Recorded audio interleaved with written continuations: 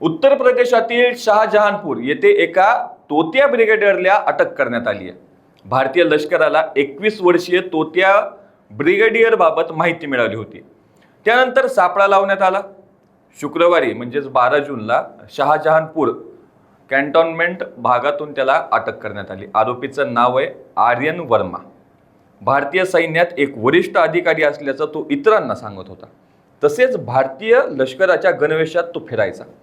नमस्कार, मी बालाजी शिंदे आणि तुम्ही पाहताय लोकाशा टीव्ही. अधिकाऱ्यांनी दिलेल्या माहितीनुसार आरोपी आर्यन वर्मा हा भारतीय सैन्यात वरिष्ठ अधिकारी असल्याचा दावा करत होता. तसेच तो ब्रिगेडियरच्या गणवेशात फिरायचा. भारतीय लष्कराला आर्यनबाबत एप्रिल महिन्यात माहिती मिळाली होती. आर्यनला पकडण्यासाठी लष्कराने नियोजन केलं व त्याला ब्रिगेडियरच्या गणवेशातच पकडलं. भारतीय सैन्याच्या जवानांनी सामान्य नागरिक बनून तोतिया ब्रिगेडियरशी संपर्क साधला. भरतीची तयारी करणाऱ्या विद्यार्थ्यांना मार्गदर्शन करावे अशी मागणी त्यांनी त्या तोतिया ब्रिगेडियरकडे केली.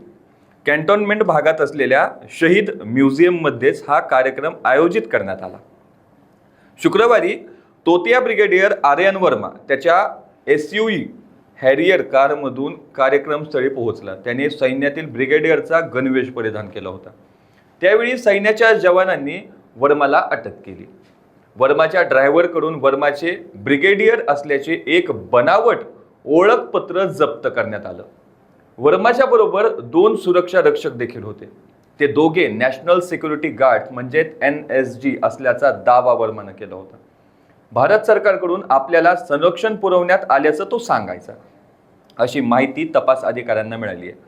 आर्ड फोर्सेस मेडिकल कॉलेजच्या DNAचे एक ID कार्ड देखील वर्माकडून आढळून आले. ते कार्ड बनावट असल्याचा संशय लष्करी अधिकाऱ्यांना आहे. तसेच त्याच्याकडून एक खोटे पिस्तूलही जप्त करण्यात आलं. भारतीय लष्कराच्या बरेली येथील इंटेलिजन्स टीम या प्रकरणाचा तपास करत आहे. तोतिया ब्रिगेडियर बनून आर्यन वर्मा का फिरायचा याचा शोध घेतला जातोय. भारतीय सैन्याचे जवान सध्या आर्यन वर्माचा तपास करतात असे पोलीस अधीक्षक सौरभ दीक्षित म्हणाले.